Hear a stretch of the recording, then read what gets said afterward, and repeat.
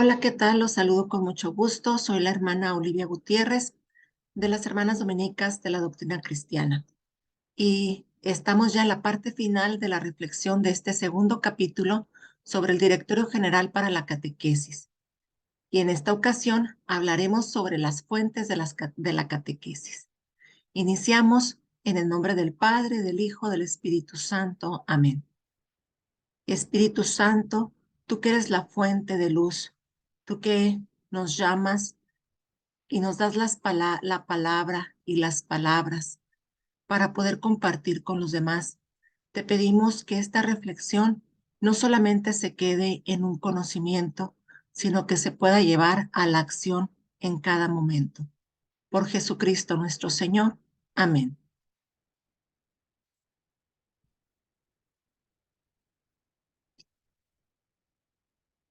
Como mencioné hace un momento, vamos a hablar sobre las fuentes de la catequesis. Pero, ¿qué son las fuentes de la catequesis? Podemos decir que hablar de las fuentes de la catequesis es hablar de aquellos lugares y maneras en los que la palabra de Dios se revela y en los que la catequesis debe beber constantemente su identidad más genuina.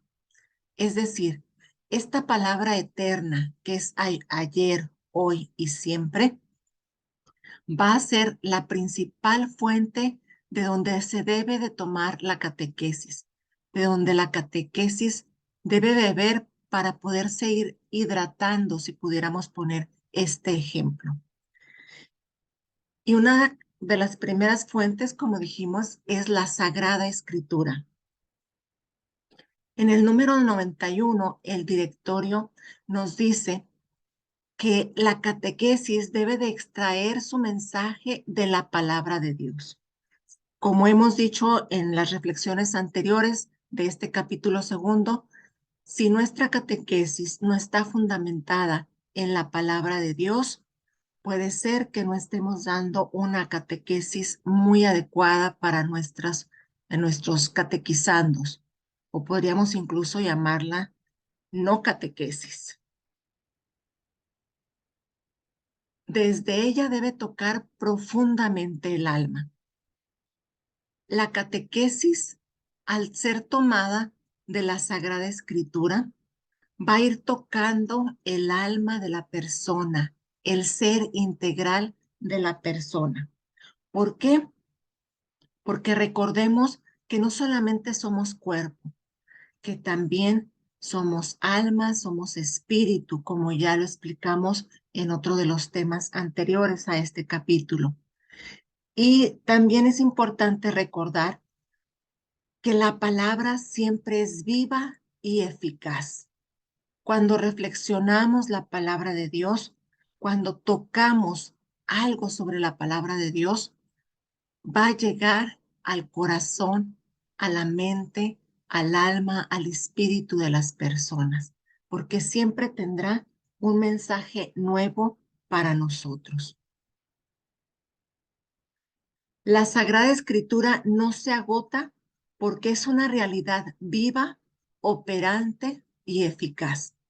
Es por eso también que la catequesis debe de tener como fuente principal la Sagrada Escritura, porque de esta manera también la catequesis será una realidad viva, operante y eficaz. El número 92 nos habla sobre la tradición de la Iglesia. Y pongo tradición, como lo he mencionado también en reflexiones anteriores, con mayúscula, porque no se trata de una tradición cultural de un pueblo, de una etnia, sino es la tradición que viene desde los apóstoles hasta nuestros días. La fe proviene de la escucha del mensaje. El mensaje se fue transmitiendo verbalmente primero en nuestra iglesia y es a esto también a lo que llamamos parte de la tradición. Recordemos que nosotros como cristianos católicos, no solamente nos centramos en la Sagrada Escritura, para nosotros también es importante la tradición, lo que verbalmente se fue compartiendo desde los apóstoles, los padres apostólicos, los padres de la iglesia, en las primeras comunidades cristianas, y que no quedó plasmado en el canon bíblico.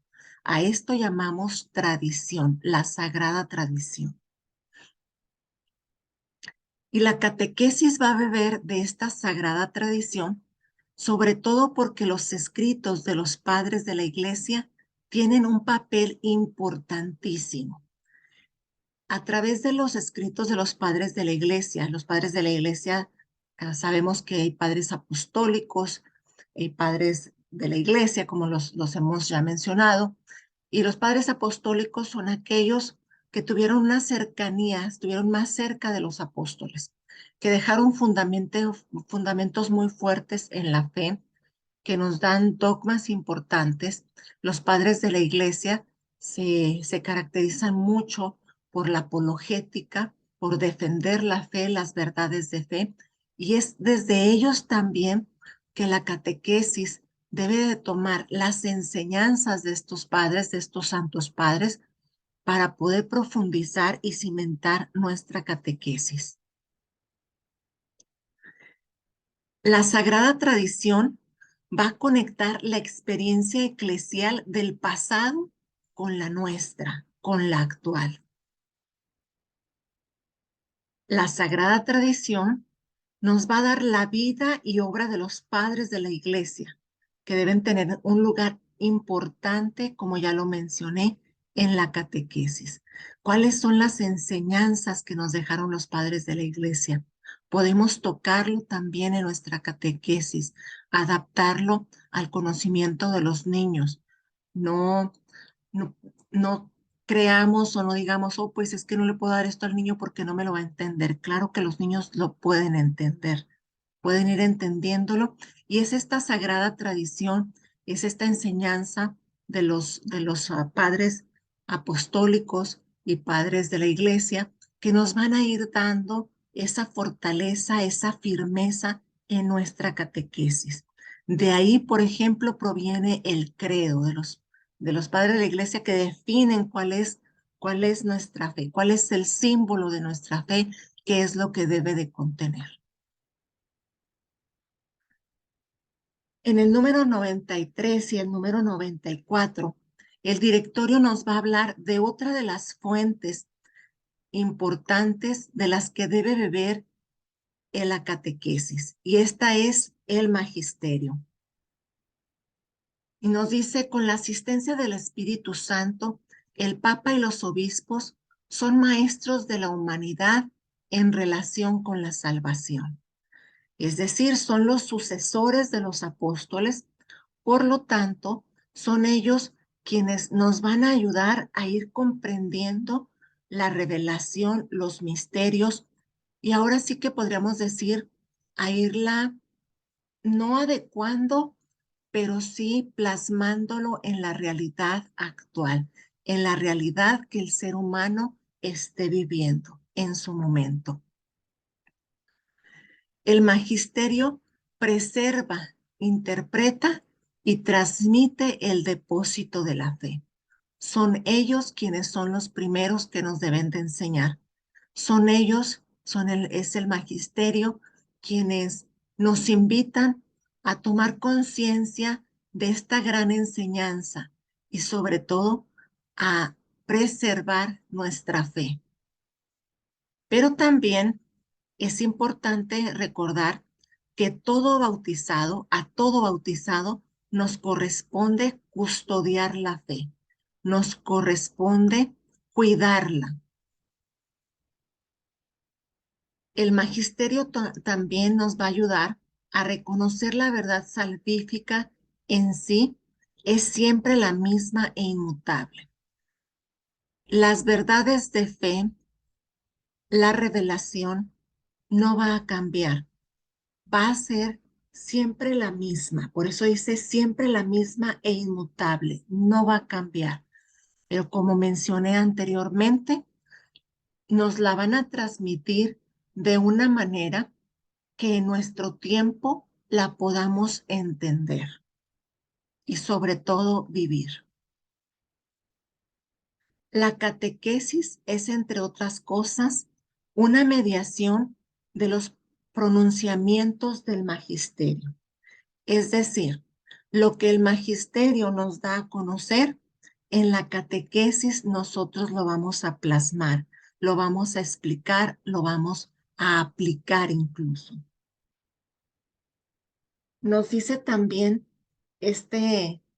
sobre todo el número 94, el magisterio es una institución deseada positivamente por Cristo como elemento constitutivo de la Iglesia.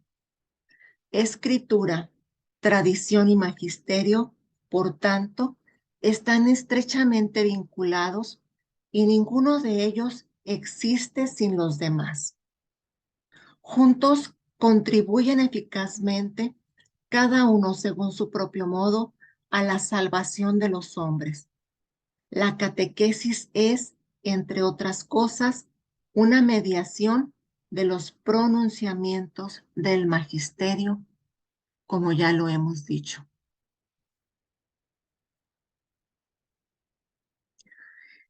El número 95 y el número 96 nos van a hablar, bueno, el 97 nada más toca otros puntitos, el 97, nos van a hablar sobre cómo la catequesis también debe de apoyarse en la liturgia. Ya lo mencionamos en otro tema anteriormente, y el directorio nos dice, la catequesis puede tomar de ella contenidos, lenguajes, gestos y palabras de fe. La catequesis y la liturgia están llamadas a entenderse en el contexto de vida cristiana y eclesial. Es decir, la catequesis y la liturgia es importante que se combinen, que se ayuden, que se expliquen, para que también los catequizandos puedan ir entendiendo nuestra liturgia y desde nuestra liturgia también ir catequizando. Nos dice el Catecismo de la Iglesia Católica en el numeral 1074, la liturgia es el lugar privilegiado para la catequesis del pueblo de Dios. La catequesis tiene su pleno cumplimiento cuando participa en la vida litúrgica de la comunidad.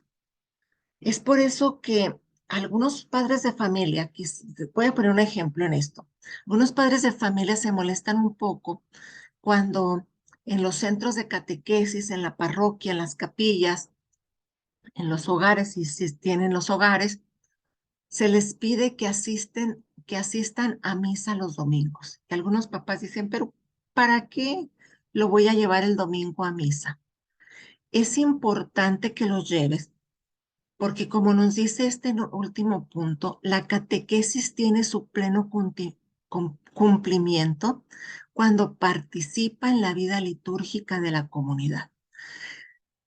¿Para qué llevas al niño a la catequesis si no lo vas a involucrar en la vida de la comunidad, en la vida litúrgica?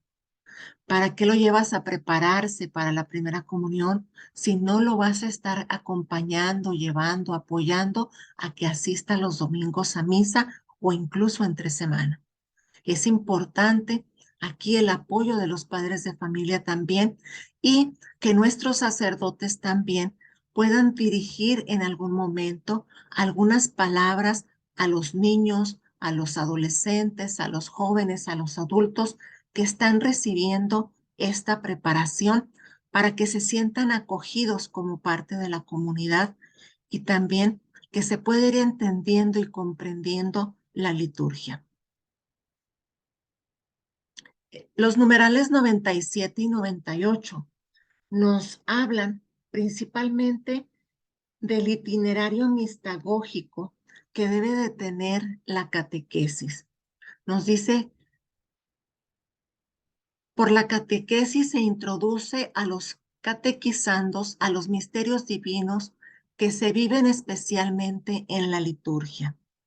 Es por esto que necesitamos que nuestras catequesis vayan unidas, se trabaje junto con el equipo de liturgia, con el Ministerio de Liturgia, a fin de poder hacer un camino mistagógico, es decir, un camino en donde se les vaya enseñando esos misterios de fe desde la liturgia. Y nos dice también el catecismo, de este camino mistagógico es importante que contenga tres elementos esenciales. El primero, la interpretación de los ritos a la luz de los eventos salvíficos. Es decir, que de acuerdo a la tradición de la Iglesia y releyendo los misterios de la vida de Jesús y en particular su misterio pascual, el catequizando puede entrar en una relación con este misterio y con este recorrido veterotestamentario, es decir, desde el Antiguo Testamento al Nuevo Testamento y relacionarlo con su propia vida, con su propia situación. El siguiente punto que debe de ser importante, que es de los elementos esenciales, es la introducción al significado de los signos litúrgicos. Y nos dice el directorio, a fin de que la catequesis mistagógica despierte y eduque la sensibilidad de los fieles en el lenguaje de los signos y gestos que unidos a la palabra constituyen el rito. En muchas ocasiones vemos cómo por no tener precisamente este camino mistagógico, esta enseñanza sobre lo que es la riqueza de nuestra liturgia, los signos, los gestos, la gente se enfada en las celebraciones, sobre todo en las celebraciones eucarísticas. No le dan el sentido que se tiene. No entienden por qué nos ponemos de pie, por qué nos arrodillamos, por qué respondemos cuando el sacerdote nos dice el Señor esté con ustedes. No se le da el sentido porque hay un desconocimiento precisamente de los signos y gestos que hay en la liturgia. Y es por eso que la catequesis debe de ayudar a que se puedan entender estos signos y estos gestos litúrgicos. El otro punto de los elementos esenciales es la presentación del significado de los ritos en relación con toda la vida cristiana. Nos dice el catecismo, para hacer evidente el vínculo, es decir, la unión entre la liturgia y la responsabilidad misionera de los fieles y hacer crecer la conciencia de que la existencia de los creyentes se transforma gradualmente por los misterios celebrados. Nuestra conciencia, nuestra espiritualidad va a tener un crecimiento gradual conforme vamos entendiendo y viviendo, haciendo vida estos misterios sagrados que vivimos desde la liturgia. Y por último, en este apartado que se nos habla de como la liturgia como fuente de la catequesis, el directorio nos dice que es necesario que puedan acceder a una catequesis orgánica y estructurada antes de que puedan recibir los sacramentos. Es decir, que se les pueda explicar, que se pueda tener una organización, una estructura para que los adentre en la liturgia dominical y en las fiestas propias del tiempo litúrgico. Vuelvo a repetir, para que nuestras ricas liturgias se puedan entender mejor.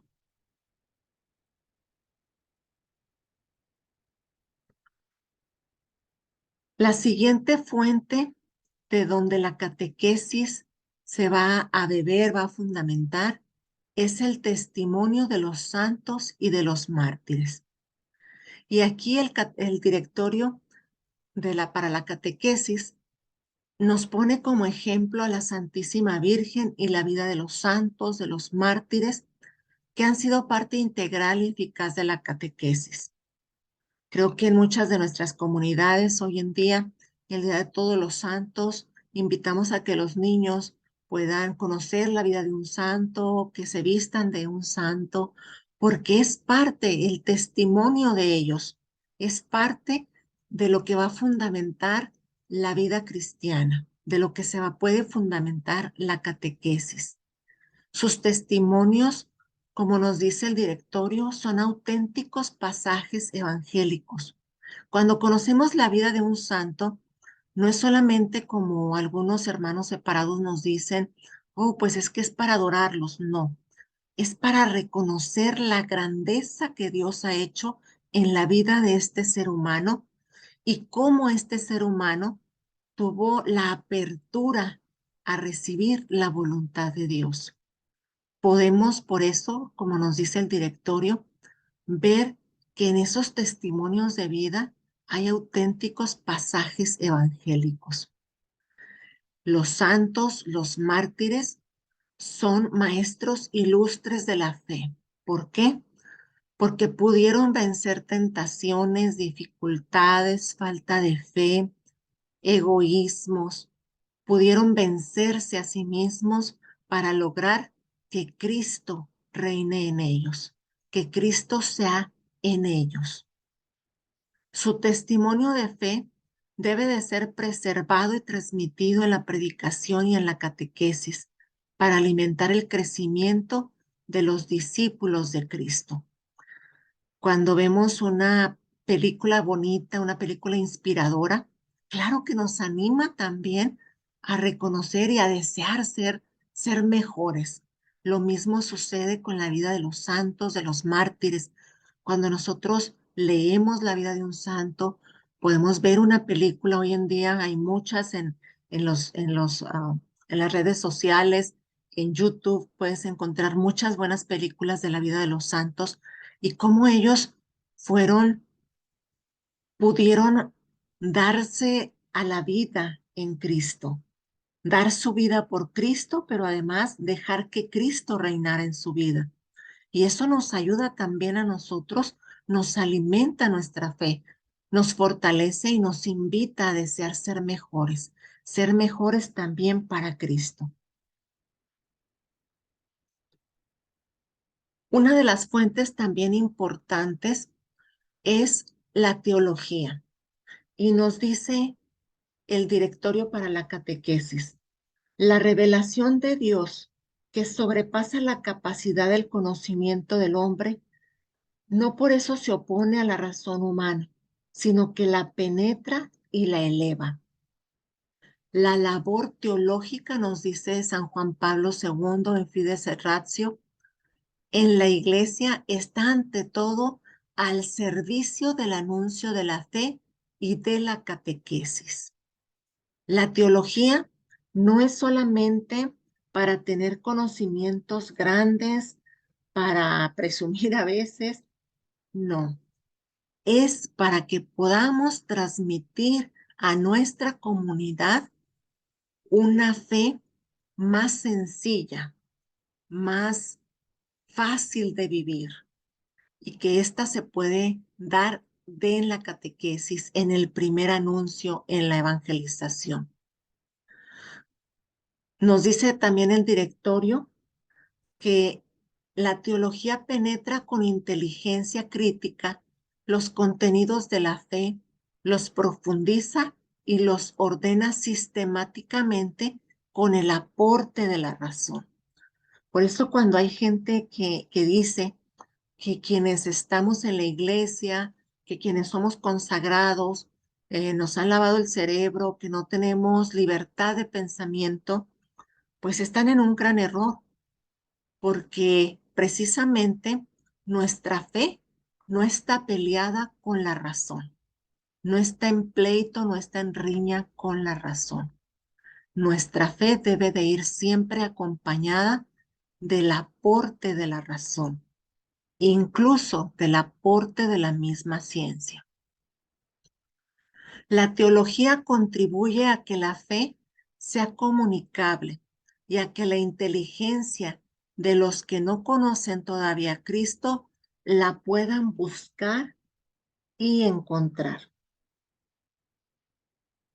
Esto nos lo dice la Congregación para la Doctrina de la Fe en 1990. La teología, como vuelvo a repetir, no está peleada con la razón, nos va a ayudar a que podamos conocer más todavía a Cristo, a buscar y a encontrar su verdad. La teología contribuye con la catequesis, sobre todo con la teología pastoral, teológica de la evangelización, la teología de la evangelización, la teología de la educación y de la comunicación.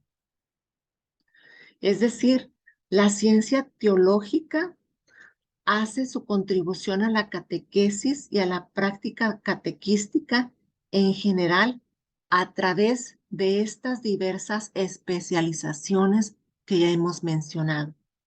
También está otra de las especializaciones, la teología fundamental, la teología bíblica, la teología dogmática, la teología moral, la teología espiritual. Pero como hemos dicho, la teología de manera especial contribuye a la catequesis, sobre todo a través de la teología pastoral, de la evangelización, de la educación y la comunicación. Entramos a un punto muy interesante que es otra de las fuentes en donde la catequesis va a vivir, va a apoyarse, y es la cultura cristiana. Muchos hoy en día rechazan la fe cristiana, sin embargo, quizás no se han puesto a reflexionar que la vida cristiana ha dado mucho a la cultura también, a la cultura en general, y se ha creado también una cultura cristiana. Nos dice el directorio, la fe cristiana ha penetrado las diversas culturas. Por lo regular, cuando se habla de la fe y las culturas en diferentes países, sobre todo en México, cuando se habla de la conquista, se ve la parte negativa solamente de lo que la conquista hizo. Y claro que junto con la conquista se habla de los evangelizadores, de los primeros misioneros en América. Sin embargo, esos primeros misioneros no solamente dejaron su vida aquí, sino que dieron cultura a este país. Y muchas de las ocasiones no se entiende por qué los mexicanos tenemos tan unido, y no solamente los mexicanos, hay otras culturas también, otros países que tienen muy unido la fe y la cultura, porque nuestros primeros evangelizadores fueron los que empezaron ahora sí que a cultivar la vida de aquellos habitantes de nuestro país. Nos dice el directorio, la Iglesia ha contribuido a la creación de una original y nueva cultura, la cristiana. Ha logrado preservar valores evangélicos genuinos, tales como la originalidad de la persona humana, la dignidad de la vida, la libertad como condición de la vida humana. Podemos mencionar también otra de los aportes que ha dado también es en esa identidad de la mujer, del hombre, darle su lugar a cada uno. El directorio reconoce que se ha dado una ruptura entre el evangelio y la cultura, de manera especial en aquellos lugares en donde las ideologías no han permitido que la vida cristiana o han obstruido que la vida cristiana siga formando en los valores, porque una de los grandes aportes de la cultura cristiana es precisamente los valores que ha fortalecido, que han dado al ser humano, la forma de vivir, la forma en que de respetarse los unos a los otros. Seguimos con esta cultura cristiana y el directorio nos dice, la cultura cristiana ha desempeñado un papel determinante en la preservación de culturas precedentes y en el progreso de la cultura internacional.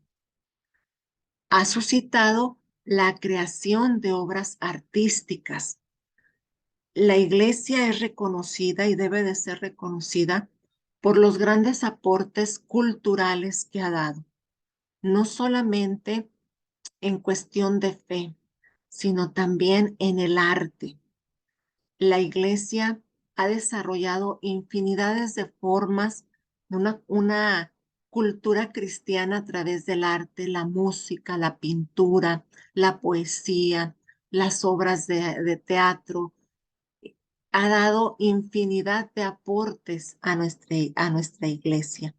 Una de las formas, y uno, dicho sea de paso, esto se empezó de manera especial por aquellas personas que no tenían mucha educación escolar, y una de las formas en las que se les podía enseñar era a través del arte, de las obras, de la pintura, vuelvo a repetir, la música, diferentes formas en las que la Iglesia fue manifestando, fue enseñando la fe cristiana a aquellas personas que no tenían tanta educación escolar.